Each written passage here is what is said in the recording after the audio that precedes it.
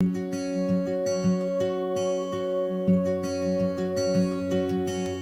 right, everyone, welcome back to the God Attachment Healing Podcast. I'm excited that you're here. It's been a while, but I've been in search for a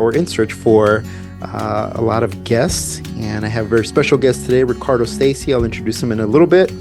But as you guys know, we talk about attachment, we talk about our relationship with God on this podcast, and just different ways in which we can connect with Him through prayer, community, scripture.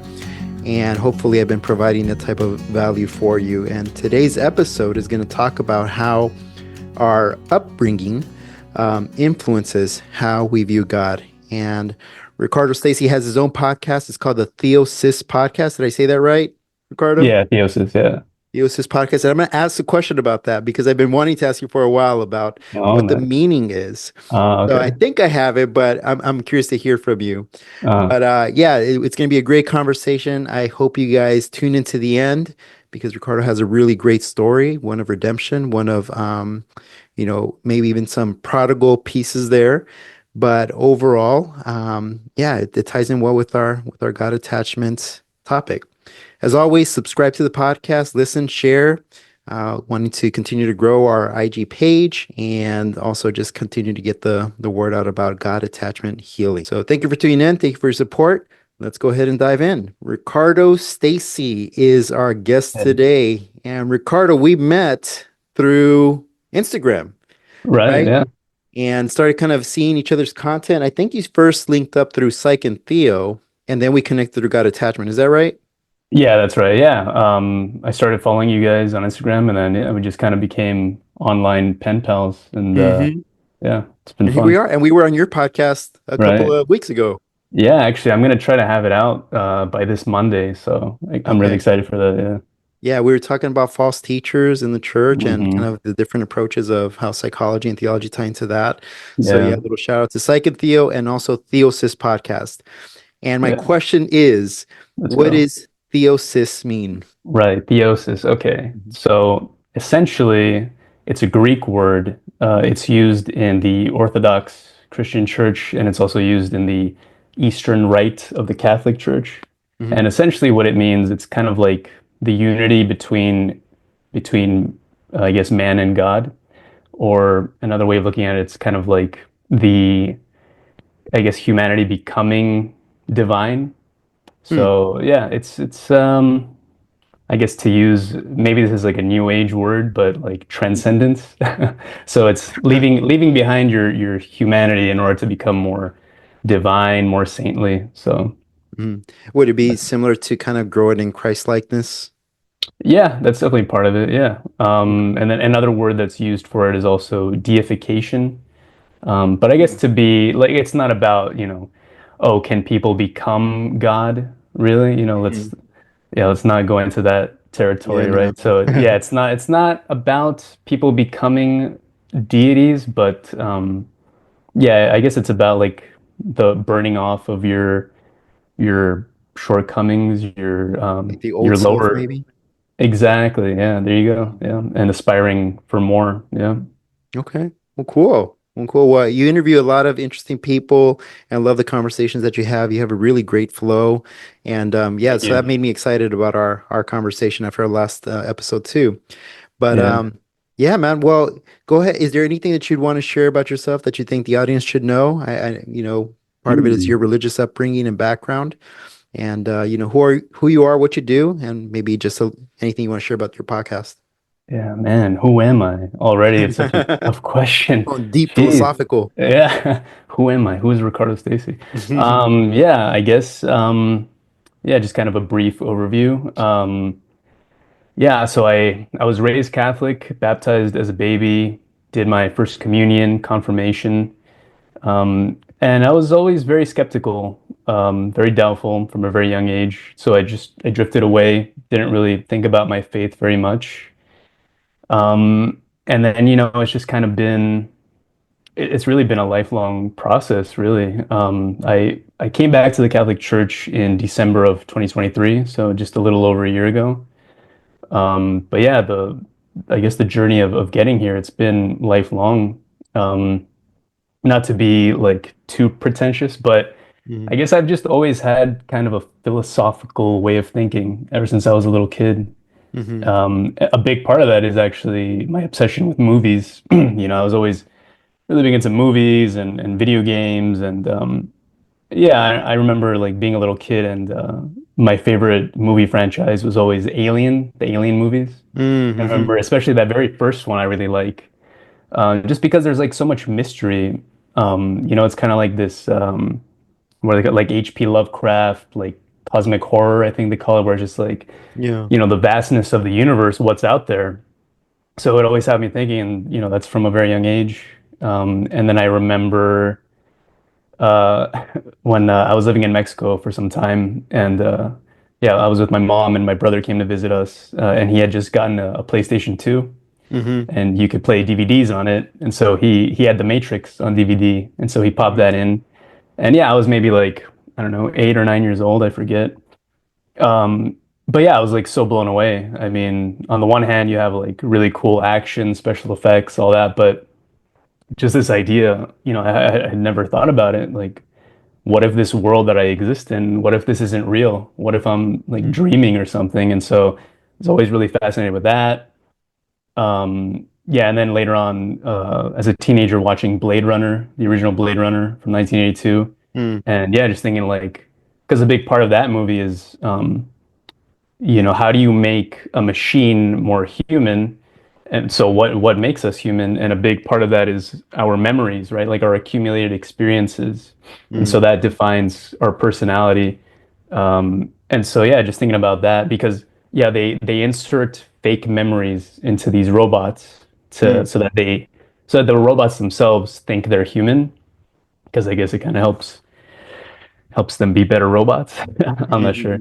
Yeah, I never really thought about that too much. Maybe that's kind of a plot hole there. But yeah, it's just like a super fascinating thing, right? And so yeah, just always like really fascinated with these big questions. And then yeah, as I got older in my 20s, I became super fascinated with philosophy. I had friends who were philosophy students actually, and we would just, sit around drinking beers, talking about philosophical things, and like they would bust out philosophy books and talk about, yeah, I don't know, like Descartes or these like weird French philosophers and Mm-hmm. real pretentious stuff. But yeah, I was just always really fascinated. And then You had yeah, questions for as long as you could remember, just yeah, kind of always questioning things about life in general. yeah, exactly. Who am I? What makes me me? And yeah, like who even though I did, I guess you could say reject God, I was always kind of like, who put this all here? Like how am I existing? Where's my consciousness coming from? And yeah, just really obsessed with that. Mhm. And so yeah, I think a big part of that, yeah, it was just like philosophically thinking. And then I got pretty into this one philosopher, Slavoj Žižek. Maybe you've heard of him. It's like this really weird guy. I think he's like Swiss or something. I don't know, some European guy. And yeah, I remember he had this. It was like a TV series, I think, and then he ended up making a movie too, where he would analyze movies and then break down like the philosophical ideas behind them. So Mm, obviously that was really fascinating to me because I was into movies my whole life and into philosophy. So I remember watching that and being super fascinated with how he would break down movies into like these philosophical principles and political stuff as well. And then that translated over to me becoming fascinated with Jordan Peterson because that was also kind of what he did. He would watch like he would break down like Disney movies, for example, like The Lion King or mm, Peter yeah. Pan. And yeah, he would break that down into like, what does this mean? Was that? Oh no, nothing. Oh, did you say something, son? No. Can you hear Uh, me? and I just became super fascinated with Jordan Peterson and how he would analyze these, kids movies, but then make it into something like just so epic, right? With like psychology and religion as well. And so yeah, that got me super curious. And then also all that paired with the fact that my whole life I guess I've always felt like um in a sense like I can always improve, I can always be better, right? And Hmm. so yeah, all that paired with like this I guess self-improvement kind of way of thinking. it led me to like what is the final thing missing? And then yeah, then I got super curious about religions, all religions, and then that narrowed down to Christianity and remembering, the faith that I grew up with, which is Catholicism. And yeah, I have a buddy who I've known for a while now, for about 5 years, 5, 6 years, I think, and he's Catholic. He would go to church, and I was always aware of this, but we never really talked about it too much. And then yeah, just one day I was like, "Hey man, let me go to church with you." And Mm. then yeah, I was like, "Okay, this is what has been missing in my life." Yeah. And yeah, that's That's that's cool, man. basically how I got here. Yeah, that's one of the factors that tends to stem from belief in God or how you relate to God is the background religion, whatever that may be for you. So in your case, Catholicism. In my Hmm. case, I grew up Baptist. Oh, okay. So yeah, so there's a lot of overlap in how we would tend to view God, and that's part of what we're going to explore today. But Yeah. one big part of your story too. So growing up Catholic, but another big part of it, as you shared last time when we were speaking, was kind of growing up in a single parent home, Right. specifically single mother, right? Hmm. So can you tell us a little bit about that? What was your mom like? What was growing up in a home Hmm. with a single mother? Yeah. So well, so I live in California. I've been here for a very long time, but I was born in Canada. Hmm. And yeah, so my mom comes from Mexico, Okay. and my dad, he was an Irish Canadian guy. Hmm. And yeah, so that was my mom's second marriage. She had been previously married before, and she had my brother. I have an Hmm. older sibling who's older than me by 10 years, which is Okay. a pretty big gap. Yeah. But yeah, so I was born, and then when I was about 4 months old, my dad, he had a severe aneurysm, and it was actually like the second or third aneurysm that he had, but this one in particular was very severe, and so he ended up in a coma Wow. for a while, I think a couple weeks. Yeah, and then I think they were getting ready to pull the plug. That they asked my mom like, "Oh, it seems like he's not, gonna wake up. Do you want to pull the plug?" And then she was like, "I don't want to make that decision." My grandmother was still alive at the time, so she's like, Hmm. "Oh, call up my husband's mom."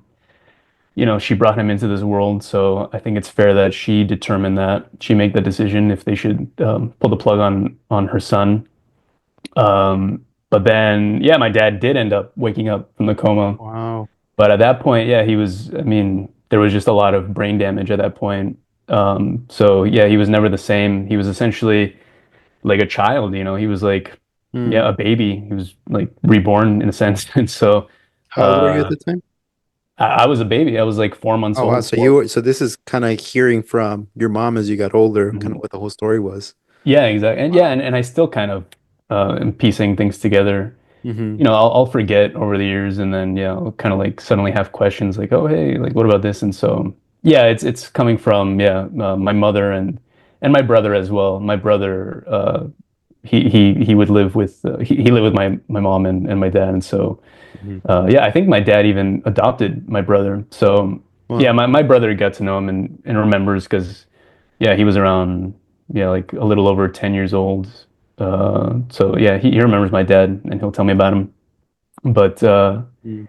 yeah, my dad, yeah, he was never the same again. They had to like teach him how to talk again, how to walk again. Mm. Yeah, really, Did you really have to crazy. care for him at any point too, along with your mom, or no? No, no, he basically lived the rest of his life in like these, I don't even know what they call them, like these hospital home places Mm. where, yeah, there were like nurses around the whole time taking care Gotcha. of him and these other patients in his home. And I would go visit him once in a while. I think the last time I saw him, I was maybe it was around like 8 or 9, something Hmm. like that. I think that's always what my go-to. Like, oh, I was like 8 or 9 years old. I remember, but So you yeah, he never was really had a actual father-son experience with him, no, right? no. It's like Hmm.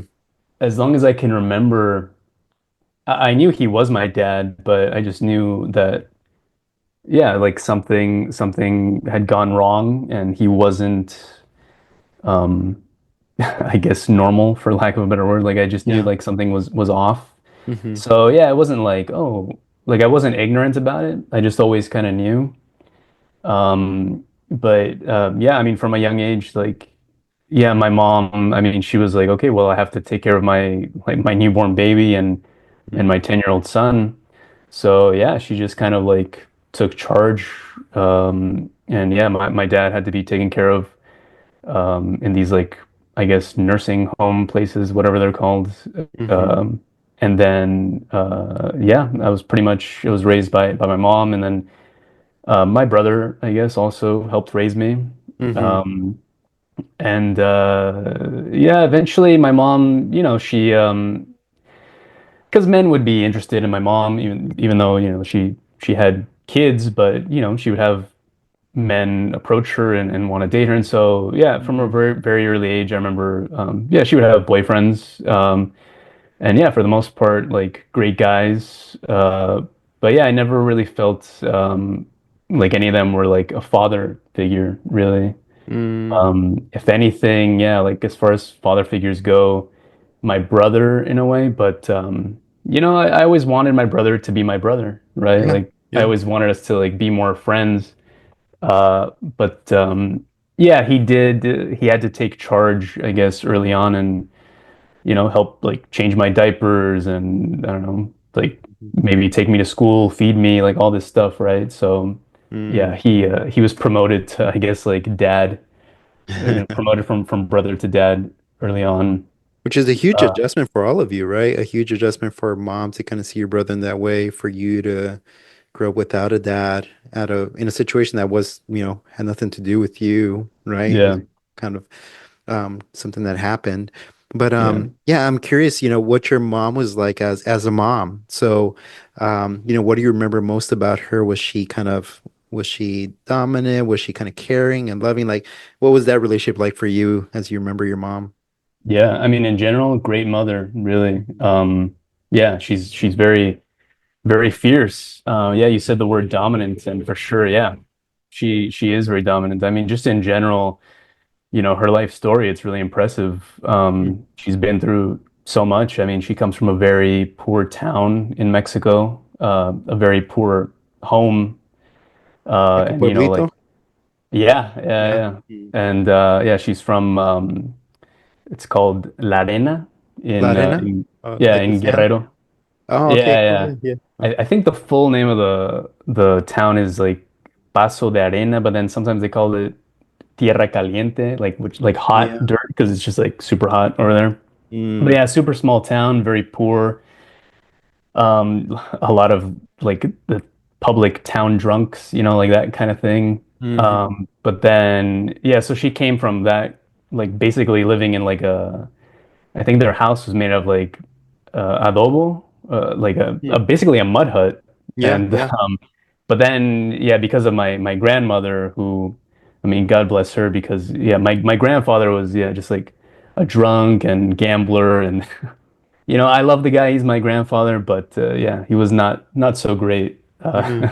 So you as kind of as had a like a strong lineage of strong moms. exactly, yeah. My Yeah. family, it's very matriarchal. You could say Yeah. very, very strong. Yeah, there's a lot of yeah, I'm not the only one in our family. There's been a lot of, single motherhood in our family, and Mm, yeah, divorces, and yeah, there's definitely a lot of yeah, strong women in my family. And so hmm.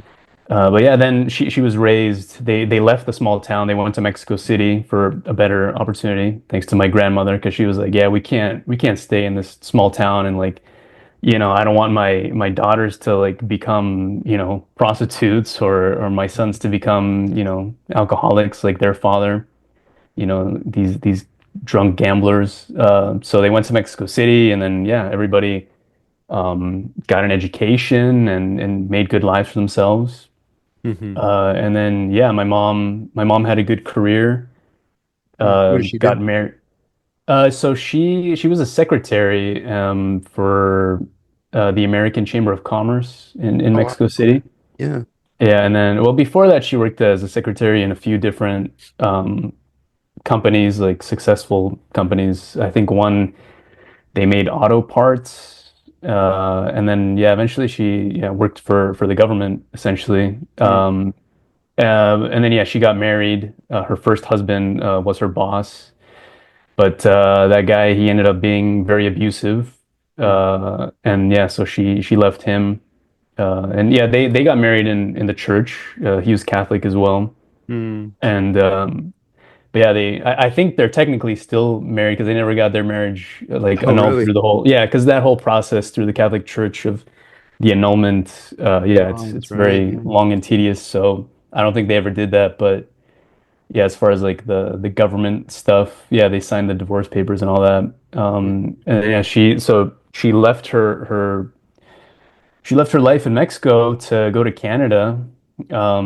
Yeah, I guess in pursuit of like something better. And Mm-hmm. then, met my dad, had me.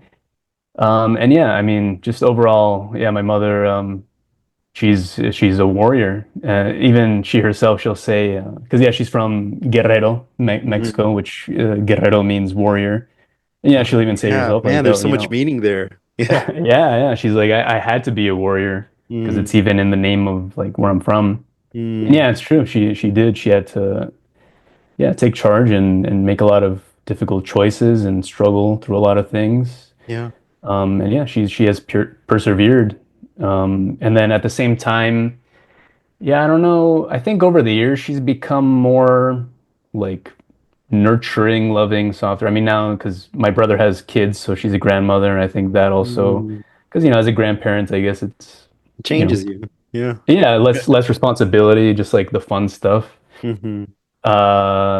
But I mean, she was never like cold or anything like that. Yeah. But maybe just Just kind not of had like to do so. what she had to do to just Yeah. keep you guys afloat. And so that was the warrior part. But it Hmm. sounds like you're also saying that she, in the midst of all that, she also didn't lose her tenderness and Yeah. motherly care towards you guys. Yeah, yeah. I always felt, yeah, like she loved me. And she definitely I would say she raised me right. She raised me with Mm. good morals.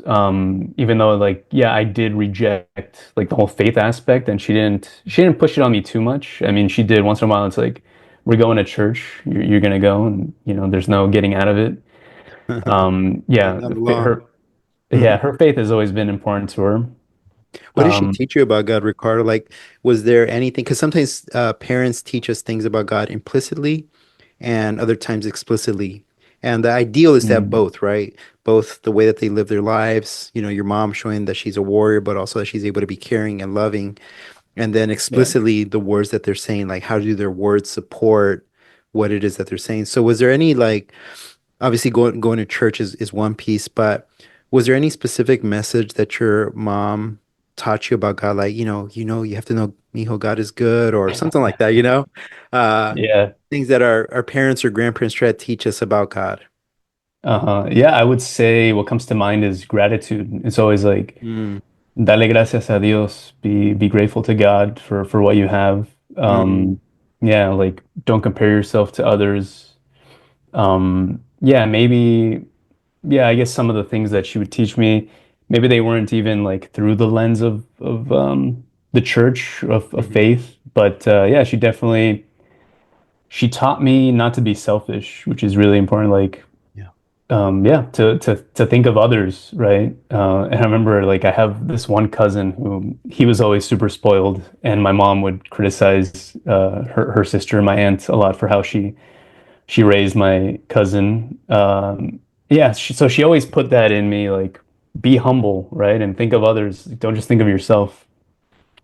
But then yeah, as far as like God specifically, I guess yeah, the gratitude thing is very very important. And then yeah, it's just kind of like a responsibility Mhm. and cultural too, right? It's like yeah, there's just who we are, this is what we do. So Mm, yeah, just very ingrained in like yeah, we're Catholic. You were baptized. She put me through my whole communion confirmation process, which mhm, yeah, I did that in Mexico, which I don't know if listeners are familiar with the whole process of the Catholic Church here in America. Usually for kids, yeah, they put them in like these classes mm, to teach them about the church, the teachings of the faith, and mhm.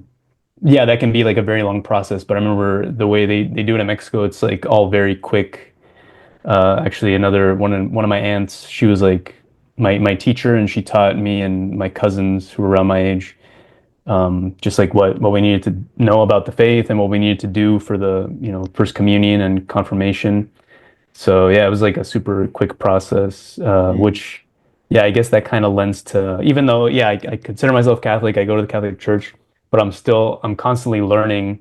There's so much I don't know, and I think part of that is because, yeah, it was just treated as like a cultural thing, so I didn't have to like sit through classes for a long time. mhm, It's just like, yeah, you're gonna do this thing, and so like all my understanding of the church and of God, yeah, it's very in a cultural way and not so much, yeah, like something that I studied. So mm. still, it's a constant learning process. Yeah.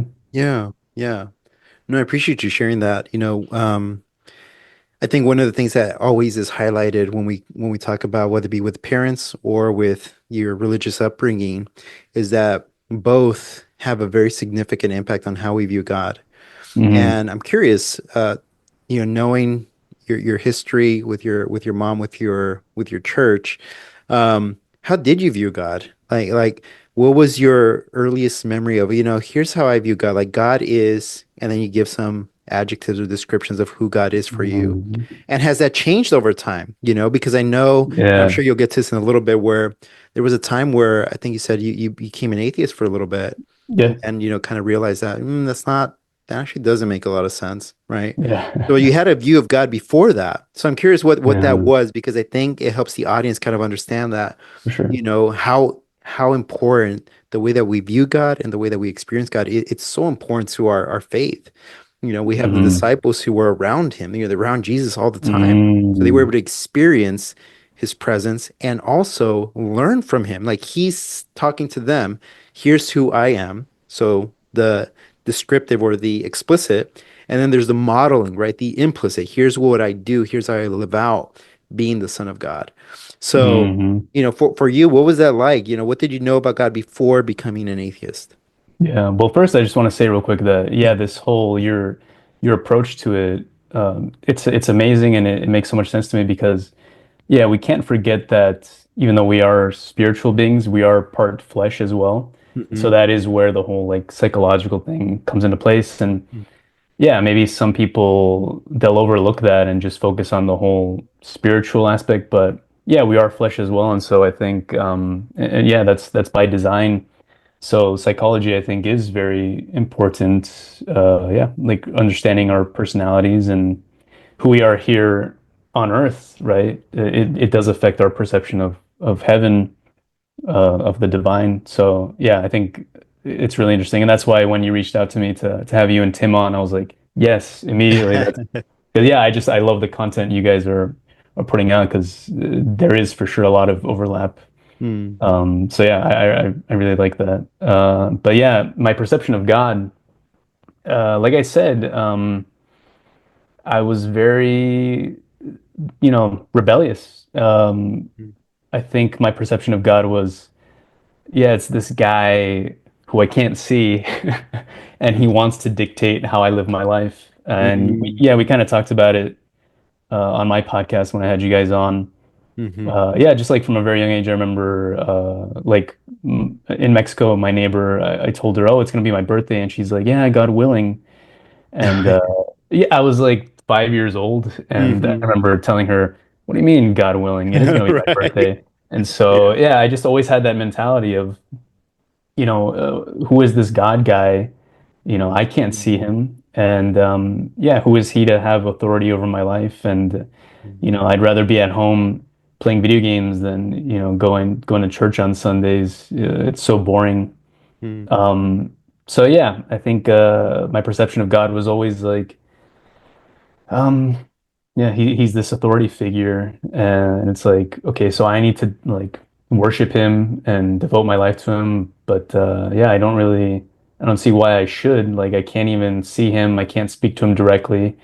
Mhm. And honestly, sometimes like I still, even though I'm a Christian, I'm Catholic, I'm a Christ follower. But yeah, sometimes I'll have these questions still now, like, Mhm. is God truly all good? Is he all loving? And you mentioned the apostles, the disciples, and getting to meet Jesus. And it's like sometimes I'll read the gospel and learn about Jesus, but then it's like, is this really the same God as the Old Testament God? Like we hear the story of the woman who was caught in adultery, that she was going to get stoned, right? And Christ said the whole thing about, oh, he who is without sin has the first rock. And so yeah, sometimes I'll think about that. I'm like, I feel like if this is the same God as the Old Testament God, like uh, I do have this perception of the Old Testament God being more angry. So I'm like, wouldn't he Mm. tell them, yeah, go ahead and stone her. But then when you're done stoning her, stone each other because you're all sinners, right? So Yeah. I think I do think I have that mentality of like, yeah, God is a judger or a Mm. judge. God Hmm. is a punisher. Yeah. Yeah, I think I do have that view of God, which maybe, yeah, it's the more harsh view. Like when I hear the stuff about, yeah, God's mercy and love, and I'm like, Mm. as much as like, yeah, that is what I want. That's the truth that I want. But Mhm. sometimes I'm like, well, what's the evidence of that? I mean, we see so much injustice in the world. There's so much cruelty. Um, yeah, sometimes I have doubts. I'm like, where is he? And this whole idea too of if we're supposed to have a relationship with him, shouldn't that go both ways? Like, people say like, oh, God wants you, but it's like I feel like I had to like bring myself to him, right? Like I don't know. Mhm. I guess in some ways I can say, yeah, throughout my life he's been guiding me. But yeah, I never had that like clear like, oh yeah, he's here with me and communicating with me. So yeah, it's like, oh, if I'm supposed to have a relationship with him, why doesn't he present himself more? Like, why am I the one that has to go to him? Um, yeah, so there this And can whole you can you yeah, imagine to record? I was just thinking about this as you were sharing that. I yeah. wonder how different it would have been had your father been not in the state that he was in, but Mhm. instead replicating all of that, that idea of being present with you, him communicating with you, him asking you how your Mhm. day's going, right? Being really present in all of that. And if we were to talk about, yeah, God's present and he wants to be with you, and your dad demonstrating that to you, like that connection is what I see a lot of people make is that, well, yeah, of course he Wow. loves me. Of course he wants to be with me because they have a model with their father that that's all he's there. That's all they've ever known, right? So that's a big Mm. piece of this God attachment is that when you understand those parts of your story, it's like, wow, so all it took, because parents are representatives of who God is, right? Because Mm. they're able to meet your needs, especially when you're a baby, right? And if they Yeah, you're don't so get those needs dependent. met, yeah, super dependent, right? And that's kind of the idea is that as we get older, we become more dependent on God because we realize our need for Him. Mm. And it's so interesting to see that because it can change with time, right? Maybe your dad would have been really good at younger ages, but maybe when you hit teenage years or young adult years, maybe he distances himself from you. But that whole Mm. upbringing, the foundation was set for you to understand God in such a way because that's what was modeled for you at such a critical time. So it's just one of those things. It's just a question, right? It's one of those things. Yeah. I'm not saying that would have been that way, Mhm. but the commonality when it comes to attachment theory is that if you have a model of what I'm telling you, that God is loving, caring, kind, and gentle, and you had a parent who was like that consistently, effectively, timely, right, always in those spots when you needed him the most, then I think the leap to yes, God is that way would be much easier when you had that modeled for you, right? And and even as you mentioned, God's kindness and his mercy, like it doesn't really connect as well, but his justice and wrath, that Right. makes a lot of sense to me. It really does, yeah. So it's really interesting seeing that. And sometimes that's modeled through our parents or through just what we receive teachings in the church. Yeah, I mentioned it to you guys on my podcast that because I'm Catholic, the Virgin Mary, she's very, very important to us. We venerate her, we hold her in very high regard, and I do feel a strong connection to her. And so yeah, I can more understand Christ through her. It really helps it all more. be more palatable, I guess, Hmm. in a way. Like, yeah, I can just because I understand that, right? I Yeah. understand more the love of a mother, right? Like when I see, these depictions of Mary holding the baby Jesus, or when he's being crucified. Yeah, like I can understand that. Like, wow, like looking at this mother, seeing her son Mm, dying, and like just yeah, her emotions. Like I can understand that more because yeah, my whole life I always, I saw my mother, mm. going through like yeah, I guess because I think I've Wild, always right? yeah, I've Yeah. always been a good boy, I would say, but I have put my mother through things. Mm, I've been kind of a pain. And so, yeah, I've definitely I've made her suffer in some ways. And so when I see, yeah, the mm, Virgin Mary suffering because of her son, it's like, okay, yeah, that makes sense to me. I can see that. mm. So there is that relatability. And yeah, it makes total sense what you're saying, how we grew up. I mean, there's so many things that it affects, right? Like Yeah. I hear all the time about how, um, especially with men. I think it's both men and women, but especially with men who grew up in a house without the father. Yeah. They're more prone to being in jail, prone to poverty, prone to mental illness, and all this stuff. So Hmm. fathers are incredibly important. I'm sure, there's all these other things that go along with it, right? Yeah. Um, but yeah, it is incredibly important to have a father around. And then yeah, one thing, because I mentioned that my mom, she has had partners, Hmm. and she just got remarried like 3 years ago. Oh, well. Yeah, I live here in the house with her and her husband. Mm, Great guy. But yeah, for a long period of time, she was with this one particular boyfriend who, at first, I loved the guy. I mm, don't know if I ever saw him as like a father figure, but I saw him as like my friend, and I really liked him. I looked up to him, I admired him. But then he started becoming abusive. mm, Um, and like I mentioned too, the background that my mom comes from, she had an abusive father, and so I think for her it was just kind of like that's normal. And then her first husband was an abusive guy. hmm. So yeah, we were just kind of yeah in this environment where yeah, I was kind of like unsure about this guy. So I went from like really loving him and then seeing his dark side. Hmm. He became more abusive, and it's like okay, well I can't trust this guy. But my mom keeps us in this situation, and so yeah, I kind of felt unsafe, I guess. And then yeah, we would move around because so I was born in Canada, and then this guy that she was with, he was from Michigan, really close by, across the river. Yeah, because I was born in Windsor, Ontario, which is across the Detroit River Mm, from Michigan. So yeah, we moved to Michigan with him, and then yeah, when things would get too hectic in the home, we would move to Mexico because my mom always had a house in Mexico. mm, And so that was kind of like our way of like leaving, right? And so we would go to Mexico and it's like, okay, like, I'm gonna leave this guy once for all. We're gonna go to Mexico and live our life over there. And so I would go to school in Mexico. My mom would, try to find a job. But then eventually, yeah, she would get back with him and we'd move back to Michigan. And it was like, yeah, the cycle would start all over again. And mm, then, yeah, the guy, he was a heavy drinker. He had some bad habits, heavy gambler, mm, very similar to my grandfather. So you can kind of see the whole, there's that Freudian thing, right? mm, Yeah, it permeates through the generations. mhm, Um, and yeah, so we would be in this like unsafe environment. And so as much as I do love my mother, I admire her, I'm grateful for her.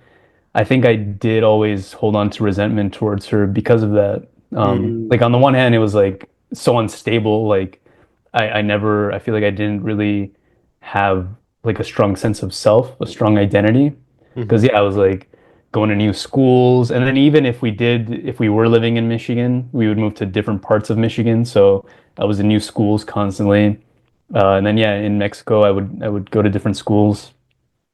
So yeah, it was just like so unstable. So I think I've held on to resentment towards her for that. And then also, yeah, just like having her keep us around this guy who was very abusive, and yeah, you never knew. Like, yeah, one night he could get like super angry. And I was a kid, like what am I gonna mm. do? Right? Because like Yeah. yeah, I wanted to like defend my mother, defend myself, but yeah, he was a grown adult man. What could I do, right? So Mhm. yeah, I think that for sure. Yeah, it has affected yeah, I guess like my perception of like um father figures, I guess maybe Yeah. like yeah, Or even older. to just happen into your philosophical mind, thinking to yourself, how is God involved in this if he's allowing this to happen type of thing, right? Yeah, yeah, So yeah, if God's supposed to be meeting a need of safety and security, yeah, and I'm not experiencing that, that's hard to understand when you read that in scripture about God being a safe haven for his yeah. children, right? Right, yeah. And just this idea that like, God is just and he will make things right. And it's Mm, like where's the justice, Sometimes it feels like, is he watching? Is he seeing what's going on? Like, yeah, yeah, there's so much injustice. yeah. So Ricard, what led then to the move away from your faith? So what led to the um, becoming an atheist? Like, what was that process like for you? Yeah, becoming an atheist, yeah, like putting that label on myself. Hmm. I think that was the thing of like, because like I said, I was always very skeptical, but then yeah, embracing that, like, yeah, I'm an atheist. It was just becoming more aware of like that the fact that being an atheist was a thing. It's like, okay, that applies to me. And yeah, I guess my brother, because same with my brother, right? He was raised Catholic, but then he Hmm. always had his doubts and didn't really accept it. And then yeah, so like I had mentioned, he helped raise me, but then he went away to live with his father, right? So like I stayed behind with my mom in Michigan, and then my brother, he came out to California to live with his dad. His dad had moved from Mexico to California. So, anyway, not to get too confusing, sorry. Hmm. But yeah, so my brother, yeah, I guess his dad never really cared about his faith. So then that carried over to my brother, who didn't care about his faith. And then he just got influenced by the culture. California is a very liberal place. People don't really care too much about their faith, or if people are, religious Christian, it's kind of just, yeah, like a cultural thing. Hmm. Uh, I think, yeah, people here in California, like, I think they prioritize more their politics. Like, you have a lot of these, they call themselves like Christian conservatives, but I think it's more Hmm. like conservative Christian. Like, it's more my politics. I'm Republican. Hmm. I vote red, and I believe in this Jesus guy. So Hmm. yeah, I think they prioritize more their politics than their faith. But anyways, yeah. So my brother, he was an atheist, and so then I came to live with my brother in California. It's a super long story. I'm Hmm. sorry to cause any confusion, but then yeah, when I was like 11 years old, I think I moved out to California to live with my brother, and yeah, he started influencing me. Because yeah, he's What was he my saying that kind of led to that? I don't know if he would. Well, to me directly, I don't remember him ever saying anything, but it was more his attitude, like Mm, he and I together, we would watch like South Park, a lot of shows on that channel, Comedy Central. hmm. I don't know if you and the viewers are familiar, but yeah, we would just watch a lot of entertainment where, yeah, they would like make fun of religion, Mm, and yeah, kind of be proud of being atheists. And so I would see him, yeah, just kind of like that was who my brother was, and yeah, I looked up to him in so many ways. He was a big influence. Like I mentioned, he introduced me to The Matrix, and mm. he influenced me a lot with like the music I would listen to, and just so many things. So then, yeah, I latched onto that as well. And Because how old were you at the time? so yeah, when I started living with my brother, I think I was around 11. So Oh, wow. then, You were yeah, still I young. started, Yeah. yeah, pretty young, yeah, and then. Yeah, then I became a teenager, and in middle school started hanging around with like the bad crowd. Yeah, because I always thought of myself as like, oh, I'm a good kid, and my friends were always kind of like the more nerdier type kids, didn't really like get into too much trouble. But then yeah, I kind of like, I don't know, I started wanting to be more rebellious, and I don't know, this is like a whole other maybe psychological, theological Hmm. thing. But yeah, I wanted to, I guess, kind of like, I don't know, the way I think about it, it's like I kind of wanted to like get dirty. Like I noticed like there's yeah, like these kids who are more edgy and cooler, like these punk rock kids. And I was like, I want to be like them. Like, yeah, Mm-hmm. there's something intriguing about them. So yeah, I started hanging around with like the bad crowd. Yeah, these punk rockers. Like their favorite movie is Clockwork Orange. I don't know if you're familiar with that Stanley Kubrick Mm-hmm. movie. It's a movie from the 70s. It's just about like this gang. Yeah, it's like kind of in the future, this dystopian Mm-hmm. world, and it's about this gang. And that was like their favorite movie they would watch all the time. And so I started watching it with them. And yeah, it's just like this whole like, oh, we're so rebellious kind of thing, right? And then yeah, they were like very much against like religion and all that stuff's lame. So yeah, I just started like adopting all this, and it would yeah affect my worldview. Um, so yeah, I started considering myself an atheist. I'm like, that makes the most sense to Mm-hmm. me. Yeah, religion just kind of there's so many things that yeah I can't make heads or tails about it, and yeah, this whole thing about like I can't see it, like I can't see God, I can't see angels or anything like that. I just see what's around me, right? The material, Mm-hmm. and that makes the most sense. And being kind of more like scientifically minded. And then I was exposed to Bill Maher, who's like a very proud atheist, Oh and yeah. Yeah. yeah, Yeah. and yeah, so that would influence me. So So what was yeah, the turning point for you after that? Because you were still pretty young, and I get that. I think when you're young, another part of that piece is the identification with friends, right? The way we make friends yeah, is by identifying with what they like, and that could be clothes, music, beliefs. hmm So I could see that piece playing a role there too. But yeah, I'm curious, what was the turning point where you start to say, you know what, actually, this atheist belief or hmm label that I put on myself, it doesn't make sense actually. Um, so what was that turning point for you? Yeah, like I said at the beginning, it's been a gradual process. Mm-hmm. I think really I do have to, I kind of owe it to like a more intellectual, I guess, way of thinking about it because Mm-hmm. it was less, a lot of people when they talk about their journey with their faith, their testimony, there is a lot of emotion about it, right? Like it's like Mm-hmm. feelings, but for me it was more yeah, intellectual. Like I said, I always had this philosophical way of thinking and like how because I was very scientifically minded and I accepted like okay, the material world that makes the most sense because I can see it, I can touch it, I can interact. But who put this all here, right? Mm-hmm. And then yeah, I guess the whole Big Bang Theory and all that. I was like, okay, but really, like it's all just a series of accidents, coincidences, and like Mm-hmm. evolution, which I think we touched on a bit on my podcast as well. So yeah, it was just kind of like it started to be, yeah, I guess more ridiculous to say there is no God, to because Mm-hmm. yeah, how can I say that just as much as I can't say there is a God for sure, I also can't say there's not. And so yeah, I guess it started like yeah, inverting my way of thinking because it's like even though yeah, I accept that this is reality, but yeah, who put it here? I don't think it was all just an accident. Um, and yeah, just like thinking about I guess like there needs to be a higher power at work here. And Mm-hmm. so I would say I went from being atheist to being agnostic, right? Which being agnostic kind of just means like you're open to it. Mm-hmm. Like, yeah, there might be a God, there might not be, but not too invested. Mm-hmm. So yeah, it was like yeah, a very intellectual process. As far as like a specific turning point, I can't say that there's any specific moment, but yeah, it's just like a gradual process.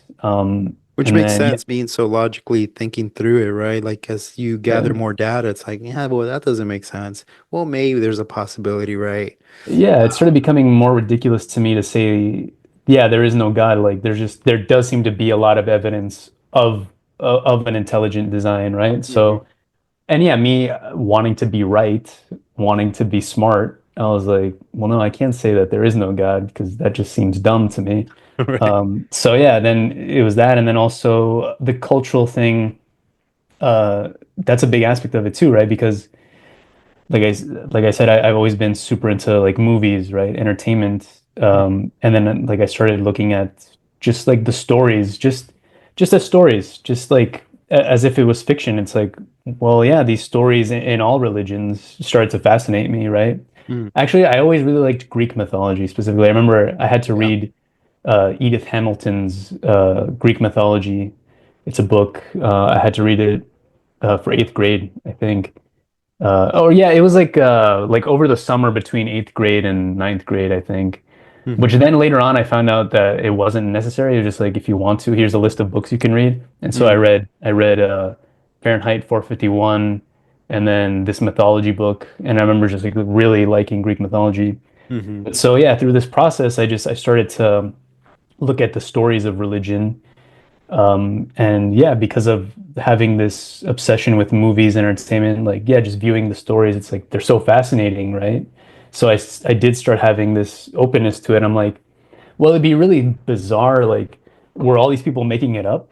Like, Mm, whether or not, like, because I do feel like now, Christianity, that's the true God. But yeah, in general, it's like, well, they couldn't have all been just making it up, right? There's something there. mm, And then, yeah, being fascinated with Jordan Peterson, like I said, yeah, he really opened my eyes to, oh, there's like incredible stories in Christianity and in other religions.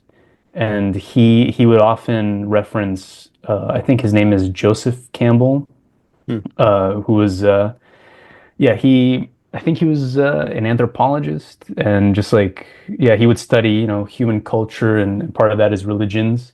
hmm. And there's a series on Netflix, I forget what it's called, but yeah, it was like a series of interviews. It actually aired on TV like back in the 80s or 90s, but now it's on Netflix, where yeah, this guy Joseph Campbell, he gets interviewed and he talks about all these mythologies and like even like Native American mythologies and Mm, yeah, just realizing, wow, it's so fascinating, all these stories.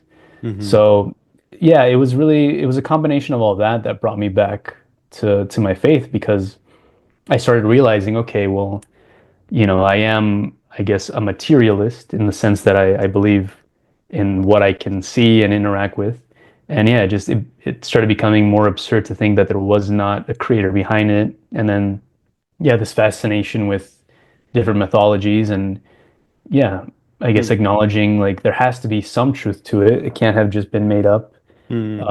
And yeah, in my family, because Mexicans love their ghost stories, right? La Llorona and all Right. that. And yeah, all of my family members have so many ghost stories. Mm, And then yeah, one uncle in particular, he's got a few ghost stories, things that happened to him, and he's a psychologist, and so it's like, well, that guy, he can't be making it up because yeah, he's like the super academic guy. He's like the head of the psychology department at this one university. mm, So how can someone so educated, so intelligent, yeah, like just make this up? So it's mm, just a combination of so many different things. Yeah, it's not like because I'll hear stories about people giving their testimony. It's like, oh, one day, like yeah, I went to the bar and started talking to this Christian guy and I converted right there on the spot. Or mm, yeah, so I heard a story about like somebody watched a movie and then they started believing. And but for me, it was a gradual process of being convinced, right? mhm, And yeah, honestly, I kind of struggle with it, you know. mhm, I will still have questions. So yeah, it's not like I wouldn't say the journey is over yet, right? Like I still have a lot of questions and doubts, yeah. Your which story is yeah. really, I'm sorry, were you sharing more? No, no, that's it. I was gonna say, and your story is not uncommon for those of us who grew up in the church. That's kind of Mhm. typically kind of how it progresses, where there comes a questioning stage where you wonder, are these my beliefs or are these my parents' beliefs? And then Mm, what does it mean for me to move away from these beliefs if yeah. I start asking all these questions, right? And then on the Mm, way back to, okay, I want to make these my beliefs, the questions that then become even wanting certainty, right? And yeah. wanting to make sure that you have and you know everything that you can. But it's almost like getting to know a person, right? As you get to know a person, you establish a foundation of trust and security within it. And at some point, because you have a repeated number of situations or instances where trust has been developed, you don't think about trusting the person. You just do, right? Until they do something that actually hurts you or Mm, destroys the trust, you know?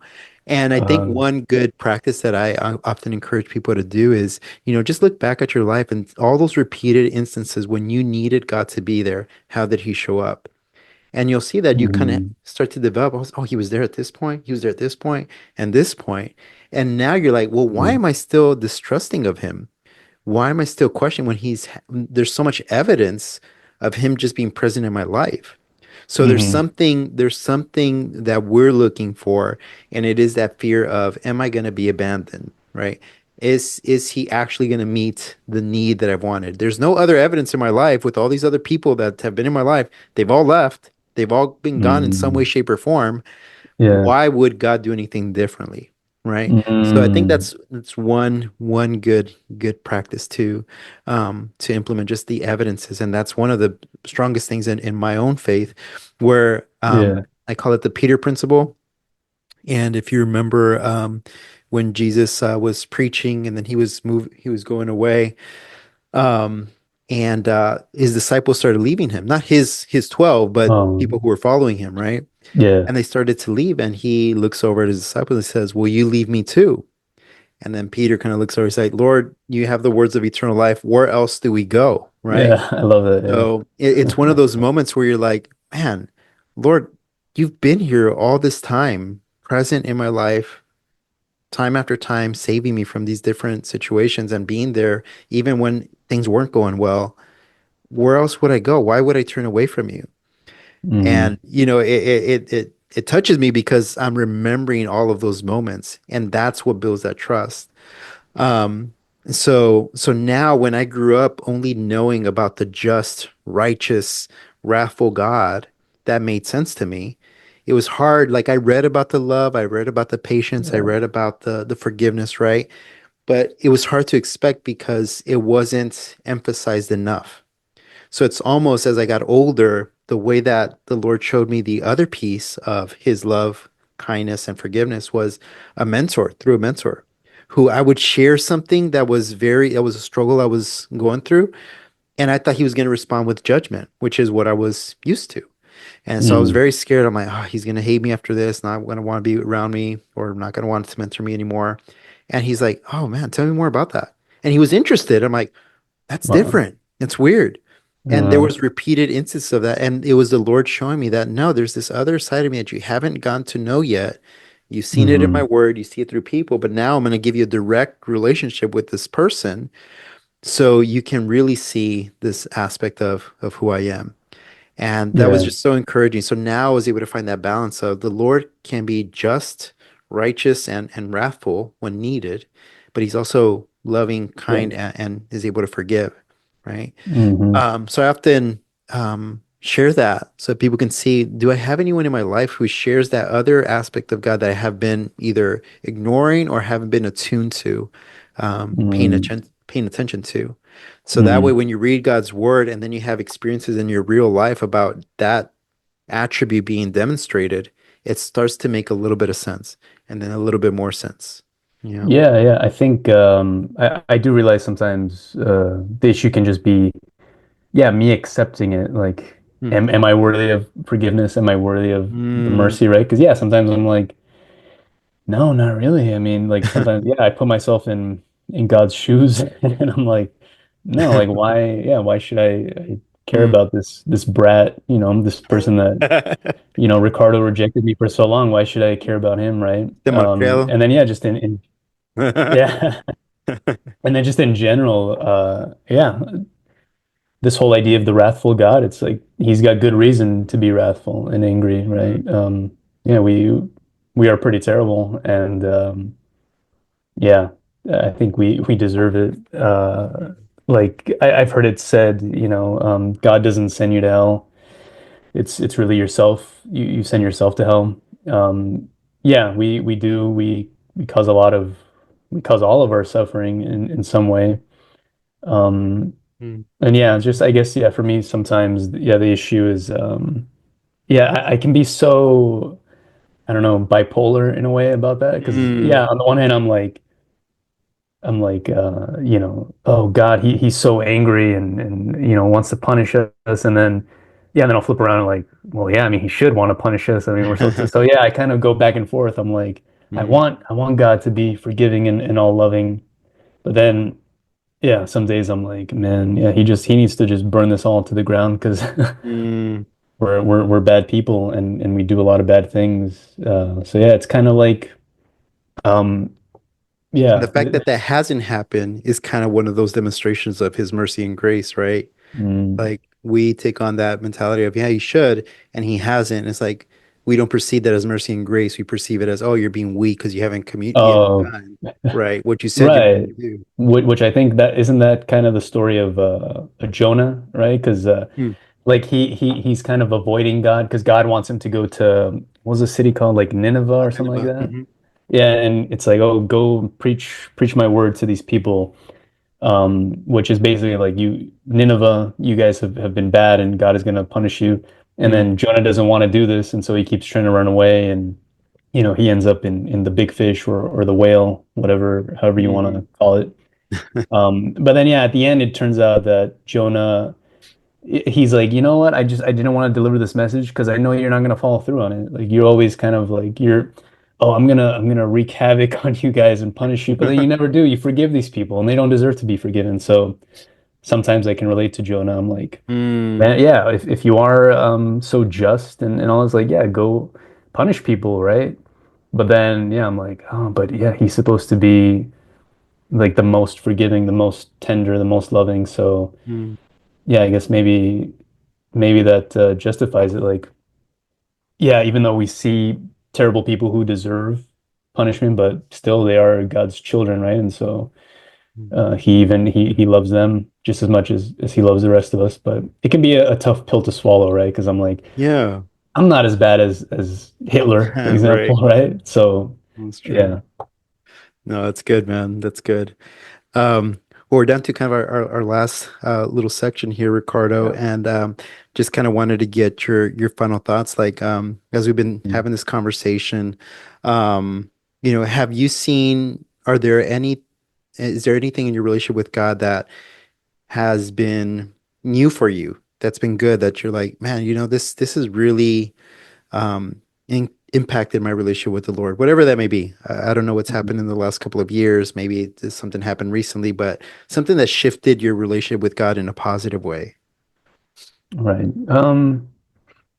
Okay, yeah. So as you know, I was in Mexico recently, and my plan was to move there like indefinitely. Oh, wow. Yeah. So as I mentioned, yeah, I live with my mom and her husband, and it's good being here, but obviously it's not like the ideal. Mm, I would like to have a place of my own. And then I got this idea like, oh, well, I could move to Mexico, and I can afford to live a lot better over there. Like mm, maybe what I have here is not so much, but in Mexico I could live like a king. And so mm, my idea was, yeah, to move to Mexico and just kind of have a change, yeah, a change of scenery, I guess. mm, Um, and yeah, I also went with this mentality of America's so prosperous, and yeah, there's like so much attention put on like wealth and stuff like that. And I want to go to Mexico where it's a bit more humble, right? This third world country. And I sold my car. I sold a lot of my Oh, belongings, got wow. rid of a lot of stuff. Yeah, donated like half my clothes to charity. Yeah, just got rid of a lot of stuff. And then arrived in Mexico and realized it wasn't the right choice, And this is something that I had prayed about. I wanted to have proper discernment. And so I would pray about it constantly, like, am I making the right decision by going to Mexico? And I really felt in my heart that I was. And yeah, people, friends, family, they would try to convince me, like, no, you're not doing the right thing. Stay where you're at.